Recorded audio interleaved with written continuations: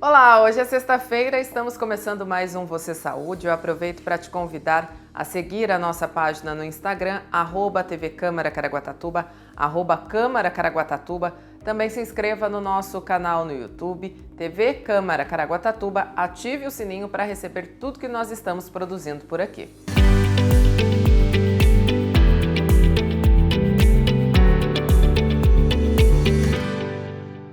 O nosso tema de hoje é a rinite e a sinusite.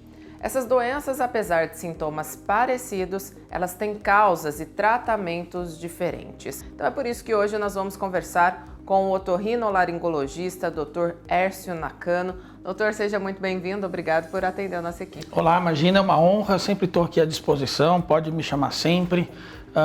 Sempre um prazer poder fornecer informações, o que eu souber, eu tenho prazer em passar. Vamos começar falando então, doutor, a respeito da rinite, né? O que ela é, como ela se desenvolve?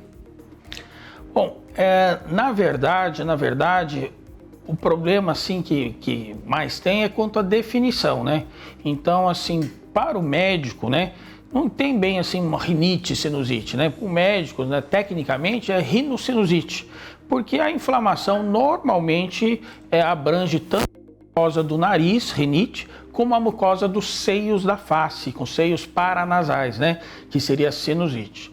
Então, assim, leigamente, quando se refere à rinite, normalmente a pessoa está se referindo à rinite alérgica, né?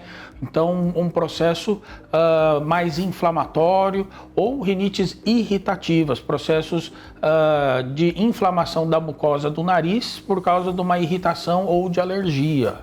E quando a pessoa refere a sinusite, ela está se referindo mais a processos infecciosos, né? Na maioria das vezes a infecção é por bactéria, mas pode ser infecções virais, bacterianas ou até fúngicas, né? Então, na verdade, para a gente o termo mesmo seria rinocinusite. Rinocinusite seria a forma mais correta porque costuma pegar tanto a inflamação do nariz como dos seios da face. No caso da rinite, ela pode se tornar crônica e quais costumam ser os sintomas que a pessoa sente? Na verdade, assim, tornar crônico, né, como tecnicamente falando, né, é quando esse processo se mantém por mais de 3 meses. Então, obviamente, é mais fácil ficar crônico se a pessoa não procura o auxílio do médico, se não procura o técnico, né, o médico que vai ver qual a melhor forma de abordar isso, de tratar. Então, por exemplo, se é uma inflamação, aí ele vai fornecer tratamentos que vão diminuir essa inflamação desse tecido, da mucosa do nariz e dos seios da face. Se é uma infecção, aí ele vai tratar a infecção. Esse tratamento, se ele ocorre e resolve, evita que fique crônico, né? Algumas coisas você não consegue evitar, porque é hereditário. Por exemplo, a pessoa tem alergia, ela tem alergia ao ácaro do ar. O ácaro está em todo lugar. A pessoa tem essa tendência hereditária, nasceu com essa tendência, então dificilmente não vai se tornar crônica. Então ela pode se tornar crônica, mas vai estar sob controle, vai estar na maioria das vezes assintomático, tendo crises esporádicas, né? Mas resolver totalmente seria muito difícil. Os sintomas da rinite costumam ser quais, assim, que o pessoal traz para o senhor no consultório? Assim, a inflamação da mucosa, né, ela vai fazer com que a mucosa aumente a vascularização, a quantidade de sangue que está passando por esse tecido, e esse volume de sangue vai causar obstrução. Então, um sintoma, uma das queixas principais é a obstrução das vias aéreas. Obstrução, o nariz fica tampado, né? Além disso, pode causar dor, pode causar prurido, né, que é aquela coceira do nariz, pode causar espirros, então a pessoa fica espirrando sem parar, né? Isso é característico da rinite, de processo inflamatório da mucosa do nariz. O senhor falou do ácaro, né? Que muitas pessoas têm essa tendência que tem rinite tem essa tendência à questão de ter alergia ao ácaro, que está em todo lugar. Além do ácaro, o que mais que pode ativar né, uma crise de rinite, doutor? Olha, o ácaro realmente é o mais importante. Porque assim, mesmo que ela tenha alergia ao corante amarelo do salgadinho, do doce, isso não está flutuando no ar. Então, isso vai ter pouco impacto clínico, só no momento que ela tiver contato com aquilo, né? Então, para a rinite, como é a mucosa do nariz, o que vai ter significância clínica vai ser o que está no ar. Então, em primeiro lugar, sempre vai ser o ácaro, né? Mas, além disso, tem os perfumes, né, que pode causar alergia. E quem já tem essa tendência à irritabilidade da mucosa do nariz, outras coisas que não são alérgicas vão causar muito mais irritação. Então, por exemplo, quem tem rinite, quem é alérgico, estar exposto a tinta, a verniz, a cândida, a um incenso, a um perfume, vai causar também crises de inflamação da mucosa, mesmo que elas não sejam alérgicas. E como que é o diagnóstico da rinite? Principal diagnóstico, eu acho que quase tudo de medicina, o principal diagnóstico não é bem um exame, né?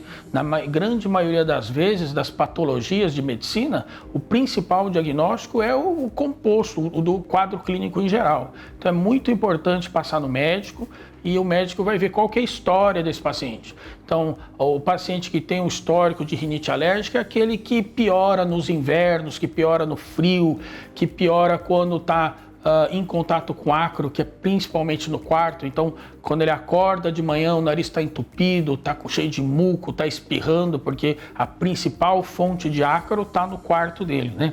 E esse quadro de ficar coçando o nariz, de ficar com o nariz escorrendo uma secreção transparente, às vezes bem líquida, às vezes que nem uma clara de ovo, né?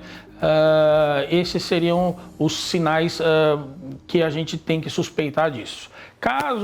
Quando é feita essa suspeita, aí o médico pode fazer exames para provar isso. Tomografias, exames de sangue e aquele exame que faz na pele para mostrar a hipersensibilidade, para mostrar a liberação de histamina quando em contato com um alérgeno. Quais são os principais pontos assim que as pessoas que já têm o diagnóstico de rinite precisam ficar atentas para evitar a ativação de uma crise? Olha, eu acho assim que ótima pergunta. Acho assim que a principal coisa que a gente vê no consultório que a rinite acaba levando e que é ruim é quando a degeneração da mucosa, por não está sendo tratado corretamente, ela vai provocando alterações no tecido e essa degeneração vai formando problemas, lesões, né? Pólipos, cistos, que no futuro pode ser cirúrgico. Você não consegue mais tratar com medicamentos e você tem que operar, tem que remover aquela mucosa para que nasça uma nova mucosa sadia de novo. Eu acho que isso seria o principal, por isso que é importante quem tem rinite fazer um acompanhamento com um médico otorrinolaringologista para que evite que a mucosa degenere e que vá para esse lado. Porque não indo para esse lado é simples, são medicamentos simples que você pode usar. Existem hábitos de vida, doutor, que podem ajudar também nessa questão da rinite? Sim, aí assim... com certeza, né, como Hipócrates falava, né, quando você quer tratar de um doente, você tem que perguntar primeiro se ele está disposto a desfazer dos hábitos que levaram ele a ter essa doença, né? Isso já Hipócrates já falava isso. Então, assim, no caso da rinite, isso é muito importante. Não adianta usar nenhum desses medicamentos, nem o mais avançado, nem juntar vários, se você não faz o básico. Sempre fazer o básico em medicina é mais importante do que a medicação. Então, no caso da rinite ou no caso da sinusite também, alterações de hábito mudam completamente o quadro e às vezes nem de medicação não precisa, né? Então, o principal é a atividade física. A atividade física, aeróbica, anaeróbica, atividade física vai estimular o metabolismo do epitélio respiratório. Essa mucosa vai estar mais estimulada, a limpeza dessa mucosa vai ser mais eficiente, o muco que essa mucosa produz vai ser mais eficiente para limpar os cílios que batem nessa mucosa para fazer a limpeza, tirar o ácaro, tirar a bactéria, tirar o vírus que está parando na mucosa, vai ser muito mais eficiente. Então é muito diferente tratar um paciente que é sedentário do que um paciente que faz bastante atividade física. Então, atividade física. Segunda coisa seria a higiene ambiental. Então é impossível que a pessoa melhore se ela toma banho de perfume. É impossível que ela melhore se ela usa produtos de limpeza ou cosméticos muito perfumados. É impossível que ela melhore se ela gosta de usar aquele travesseiro de pena ou cobertores muito fofos, cheios de pelos, né? Porque vai encher de ácaro. Né? Então esses hábitos do dia a dia que a gente chama de higiene ambiental, né? Evitar ter cortina, evitar ter tapete, trocar lençol e fronha 2 vezes no mínimo na semana, trocar os cobertores e as mantas por edredom, né? Não permitir bichos de pelúcia no quarto da criança, não permitir a entrada de animais de estimação no quarto. É ótimo que tenha, ajuda para a alergia ela ter, mas não permitir que entre no quarto, né? Ou entra, mas sai, né? Não ficar lá no quarto. Não ficar perto de produtos químicos, cândida, cloro, desinfetante, sabão em pó, amaciante. É lógico que tem gente que tem que fazer uso disso, mas usa uma máscara, né? Usa uma máscara, tem um monte de máscara em casa, não está servindo mais para nada, está tudo guardado lá. Já tem a máscara em casa, não custa nada, põe a máscara e quando for utilizar algum desses produtos, né? Fora isso também, outro hábito que ajuda na rinite é a limpeza da mucosa. Essa limpeza, se não for feito corretamente, como é indicado pelo médico, também pode causar mais problema do que ajudar. Então, assim, fazer a lavagem da mucosa do nariz com soro fisiológico realmente pode ajudar muito. Mas isso tem que ser muito bem feito tecnicamente para que não cause prejuízo ao paciente. A alimentação, doutor, ela pode ter influência tanto para o bem quanto para a piora da rinite? Sim, lógico, né? Para a maioria dos pacientes, isso não é muito significativo. Para a enorme maioria, não há nenhum estudo que comprove que isso realmente faça grande diferença. Mas existe alguns pacientes, e isso só ele mesmo pode saber, dificilmente isso ele vai pegar em algum teste. Não adianta você fazer um teste de exame de sangue e dar lá alergia de carne, aí você não pode comer carne. Não, não se faz teste para isso. Esse tipo de exame não é eficiente para ver isso, tá? Então não adianta você fazer um exame e mostrar lá, tem alergia de cenoura, então não posso comer cenoura? Não, o exame não é próprio para isso. Se você come a cenoura e não te causa problema nenhum, significa que você pode comer a cenoura, né? Então, alguns pacientes realmente têm pioras do quadro alérgico com alguns alimentos específicos, e isso é muito específico de cada paciente. Quando existe esse tipo de suspeita, o mais indicado é o paciente passar por um médico imunologista para fazer testes e ser aconselhado de forma adequada. De novo, isso é uma minoria dos casos da rinite alérgica. Na enorme maioria dos casos, o principal agente é o ácaro. Doutor, para a gente finalizar esse primeiro bloco, daqui a pouquinho a gente vai falar muito mais sobre sinusite também. Quais são os tratamentos disponíveis hoje para a rinite? A imunoterapia é uma opção nesses casos? Então, assim, a primeira opção sempre é aquilo que a gente começou falando. Essa mudança de hábitos, fazer bastante atividade física. Nenhum tratamento, nenhum deles, nem imunoterapia vai resolver se você não faz o básico, tá? Então fazer essa higiene no quarto, fazer bastante atividade física, lavar o nariz com soro, ter esses hábitos saudáveis é a primeira opção. Depois existem medicamentos. Aí é o médico que vai ver cada caso, cada paciente é um paciente, né? Mas de preferência a gente quer usar sempre o medicamento mais fraco que resolve o problema dele. né? Então, normalmente o médico tem que ir tateando para achar essa opção. Não adianta ele pegar o mais forte que vai resolver para todo mundo, mas às vezes faz mal para o paciente, né? Então, o médico vai tatear nesse sentido. Hoje em dia existem medicamentos que o paciente pode fazer uso a vida toda e seria muito, muito, muito raro ter alguma complicação pelo uso do medicamento, né? Agora, com certeza citado como padrão ouro, como o melhor tratamento possível, é realmente a imunoterapia. A imunoterapia não é para quem quer fazer, porque existe um perfil adequado de paciente que a imunoterapia é mais eficiente. Então, aquele paciente que os testes mostraram que tem o perfil próprio para fazer imunoterapia, realmente, com certeza, é o melhor tratamento de todos. Por quê? Porque não é nenhum químico, não é nenhum medicamento. A imunoterapia nada mais é que aquela proteína que te causa alergia, por exemplo, o mais comum seria um ácaro, essa proteína do ácaro diluída de uma forma que, quando você ficar tendo contato com isso, vai te induzir tolerância. Então, você pinga na boca antes de dormir, existe uma técnica toda correta de expor isso à mucosa da sua boca, e ao longo do tempo, você sendo exposto a essa proteína, o seu corpo vai parar de reagir dessa forma com o quadro clínico da alergia, da rinite. O corpo vai continuar reagindo, mas ele vai reagir de outra forma. E assim você não vai ter mais os sintomas da rinite, não vai mais ser aparente a sua alergia.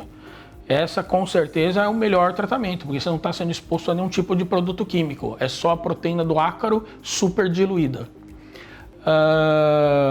Mas infelizmente, assim, por mais que os preços hoje em dia desse tipo de terapia tenham diminuído, ainda não é muito acessível, pelo menos para a maioria dos meus pacientes, ainda não é uma realidade assim tão acessível, né?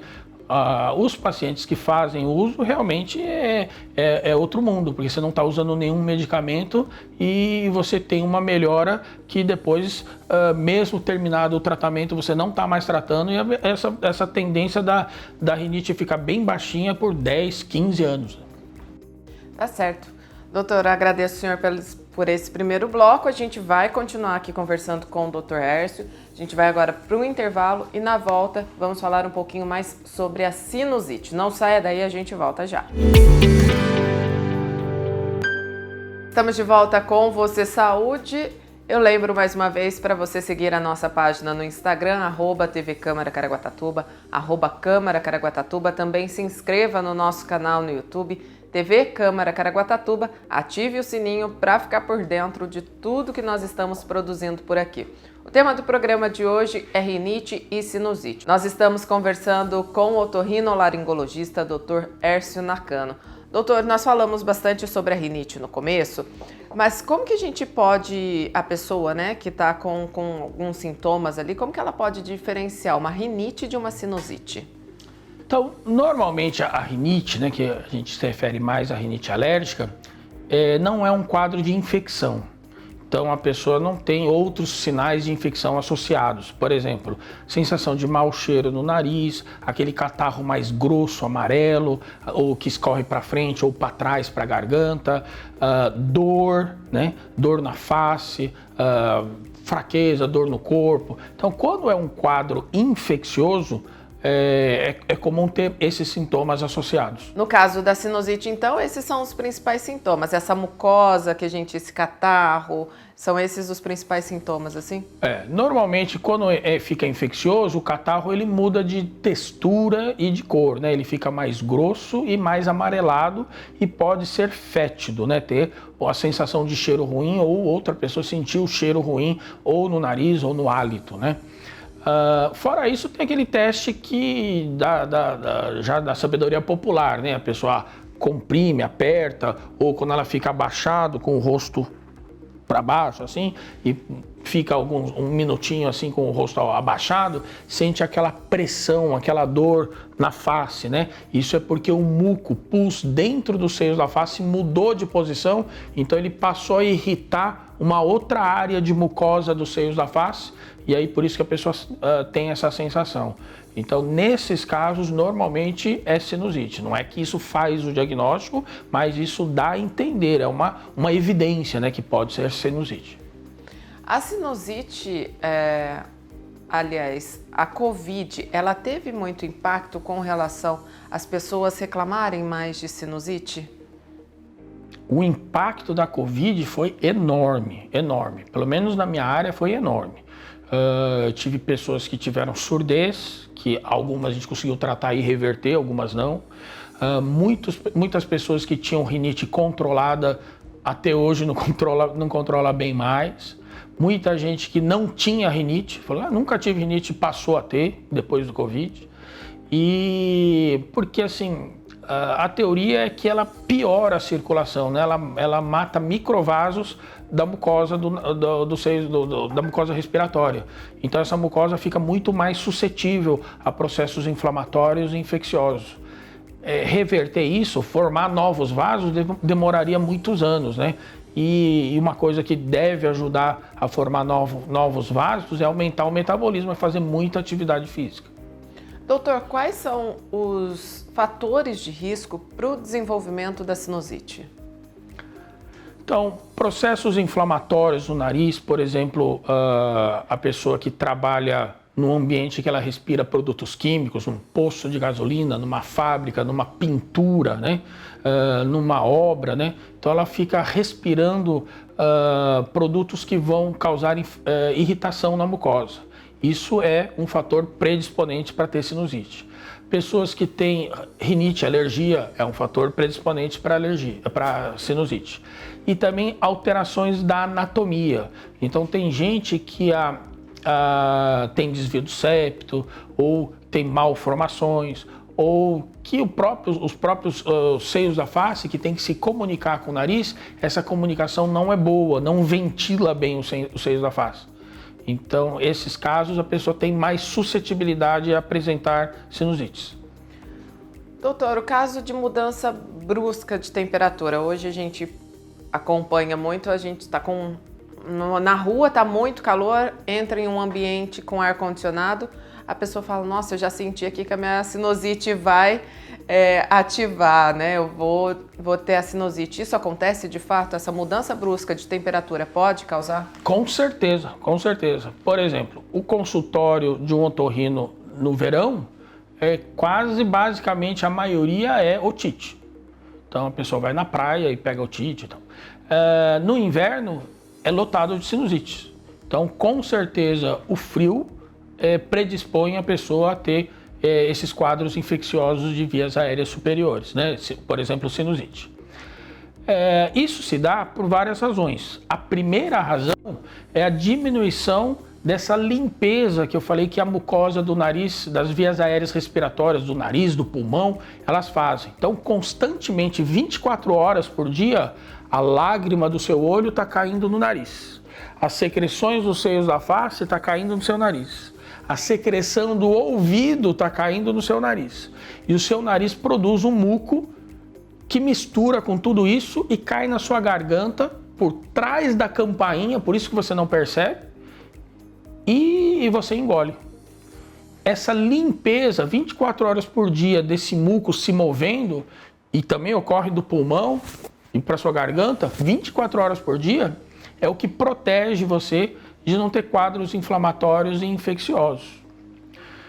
No frio, essa limpeza é muito menos eficiente. Os cílios batem mais devagar e a mucosa ela fica mais espessa. Então, quando está quente, o muco fica fluido. E quando está frio, o gel fica mais espesso, mais viscoso.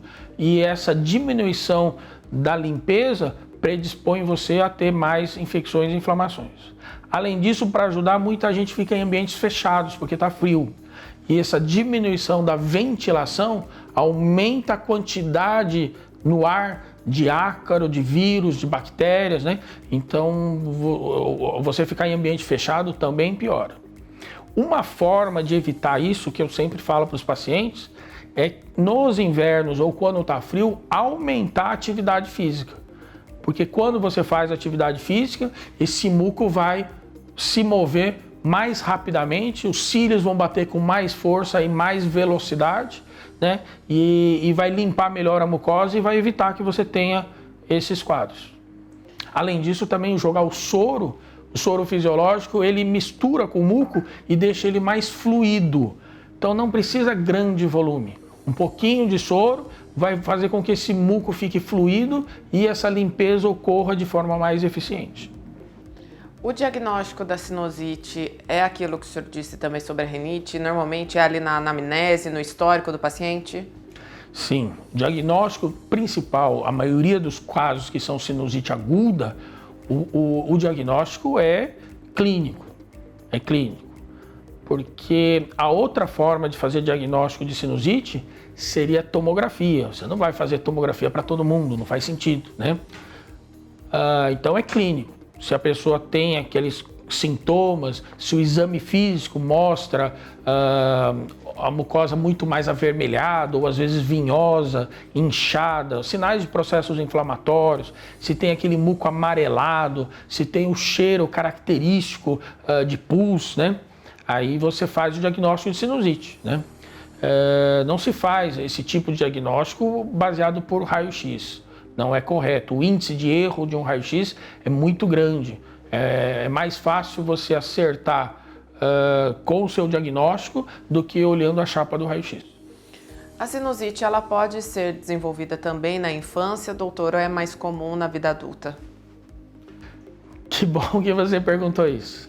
Porque é o seguinte, antes a gente via muito pouco caso de sinusite em criança pequena. Era raro, porque o buraquinho que liga o nariz com os seios da face, né, é muito pequeno, seria muito difícil infeccionar ali, né? E hoje em dia, por alterações, na verdade, por má técnica, né? A mãe vai e joga aquele soro de uma vez, dá uma seringada, ou usa um tipo de bomba que você aperta e enche o nariz de soro, e esse soro, sob pressão, consegue chegar no ouvido, que nem quando a gente faz assim, ó, e assim vai o ar. Se você dá uma pressão de soro, vai o soro. E consegue chegar dentro dos seios da face, porque o buraco era muito pequeno, mas sob pressão ele entra, né? E consegue ir para o olho também, pelo mesmo canal que a lágrima vai para o nariz, sob pressão o soro vai para lá. E o nariz é muito contaminado. O ouvido, os seios da face, o olho, se você fizer uma cultura, é estéril, dificilmente cresce alguma bactéria. Mas do nariz é contaminado. Então esse soro que passa pelo nariz e vai parar aqui no ouvido, vai levar bactéria. E que passa pelo nariz e chega nos seios da face, vai levar bactéria. E aí pode infeccionar. Então pode dar infecção no ouvido, aquelas que até começam a vazar pus pelo ouvido, que foi porque você jogou o soro do nariz e foi parar aqui, né? Ou isso que eu falei que era muito raro ver sinusite em criancinha, mas você fica jogando soro aqui e você empurra a bactéria para dentro dos seios da face. Aí você começa a ver. Hoje a gente fica vendo criancinha com sinusite. E aquela criança que acorda com aquela secreção amarela saindo pelo olho aqui, ó. Mesma coisa, você levou a infecção do nariz para o olho, né? Então, isso que você falou, criança pequena com sinusite, realmente antes era muito difícil de ver. Mas agora, com essa má técnica, pelo menos, como eu sou otorrino, né, então acaba sendo direcionado. Mas agora, hoje em dia, eu vejo bastante. Doutor, os tratamentos para sinusite quais são e quando que é necessário a cirurgia?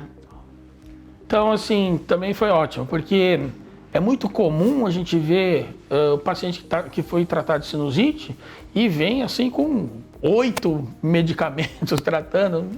Eu não sei, pelo menos como eu aprendi na sala de aula, na faculdade, eu fiz na USP, né? Mas como está nos livros de medicina, como está explicado nos congressos de otorrino, quando se fala sobre sinusite, tem uma linha de tratamento assim, é para você escolher o melhor antibiótico, caso seja uma sinusite bacteriana, né? É escolher o melhor antibiótico. Então, uma sinusite simples, sinusite aguda, normalmente o tratamento é um antibiótico só, não precisa tomar 8 medicamentos para fluidificar muco, cortisona, normalmente, pelo menos a gente mesmo que é especialista, não passa nada disso e o paciente resolve, segundo, terceiro dia já resolveu, né? Lógico que se tem uma queixa importante de dor ou de mal-estar, você vai tratar isso também, mas é algo esporádico, só para que ele até passar essa parte mais de toxemia da infecção, né? Então, sinusite viral, então, só sintomático, né? Só enquanto está tendo sintoma, né? Então, assim, o tratamento, se for a sinusite bacteriana que a gente está falando, normalmente é só o antibiótico. Aí, dependendo da faixa etária, dependendo da história do paciente, se escolhe o antibiótico mais adequado para cada caso, né? Existem casos que a pessoa teve muita sinusite. E aí, depois que a pessoa tem muita sinusite, ou teve uma que foi muito difícil de tratar e ficou muito tempo, isso gera uma degeneração da mucosa, cicatrizes na mucosa. E às vezes, raramente, esse paciente começa a ter sinusites de repetição, porque a mucosa foi muito alterada, muito atingida. E aí, realmente, se você mesmo de todas as formas você tentou e não melhora, aí pode ser cirúrgico. Também existe o caso que tem má formação, ou que a pessoa tem uma lesão dentro do seio da face, tem um pólipo, tem um cisto, e aquilo realmente, você percebe que aquilo está causando quadros de sinusite. Aí nesses casos, que são raros, não é a maioria, é cirúrgico. Na cirurgia o médico vai remover a mucosa que está doente e raspa, fica no osso, e você deixa lá uma pomada com antibiótico e colágeno sintético por cima. Naquela região o corpo vai produzir uma nova mucosa, vai crescer um tecido novo. Esse tecido não tem essas cicatrizes, então na enorme maioria das vezes está resolvido, a pessoa para de ter essa sinusite de repetição e vai ter como qualquer outra pessoa, como eu, como qualquer uma pode ter, raramente como quando estiver em contato com bactérias. Doutor, estamos chegando ao fim do nosso programa. Qual a orientação que o senhor deixa para o pessoal que está em casa quando o assunto é rinite e sinusite? Olha, da prática clínica, o que eu vejo é que, assim, na maioria dos casos dos pacientes que a gente pega, que fizeram vários tratamentos, na verdade, a maioria o que precisava era fazer o básico. Era fazer esses cuidados em casa, era aumentar o máximo possível o que ele pode fazer de atividade física, cuidados, hábitos simples, não ficar perto de cândida, de cloro, vai mexer com sabão em pó, não inalar o cheiro do sabão em pó, do amaciante, do perfume, não ficar usando incenso, não ficar em ambiente que está com fumaça, que pintaram, ambiente que está fechado. Se a pessoa, normalmente quando a pessoa faz o básico, atividade física, essa higiene do ambiente, normalmente o controle são medicamentos esporádicos, né? Que a pessoa fica bem e antes ela usava todos os medicamentos da farmácia, você pergunta, ela já conhece todos ela fala, já usei. E agora você pode ver que ela usa aqueles mesmos e agora faz diferença, porque agora ela está fazendo o básico. Tá certo, doutor Hércio Nakano, agradecemos muito o senhor ter colaborado com a gente, ter atendido a nossa equipe aqui no consultório. Muito obrigada por trazer esses esclarecimentos. Imagina, é uma honra para mim, sempre que eu puder eu estou à disposição, pode me chamar, eu sempre dou um jeito aqui de arrumar tempo para estar aqui para vocês. Obrigada, doutor, agradeço também vocês que estiveram conosco até aqui. O Você Saúde termina agora, mas não esqueça, siga a nossa página no Instagram, @TV Câmara Caraguatatuba, @Câmara Caraguatatuba. Também se inscreva no nosso canal no YouTube, TV Câmara Caraguatatuba. Ative o sininho para você acompanhar tudo que nós temos produzido por aqui. Tem muita coisa boa. O Você Saúde volta na próxima sexta-feira. Um grande abraço. Até lá!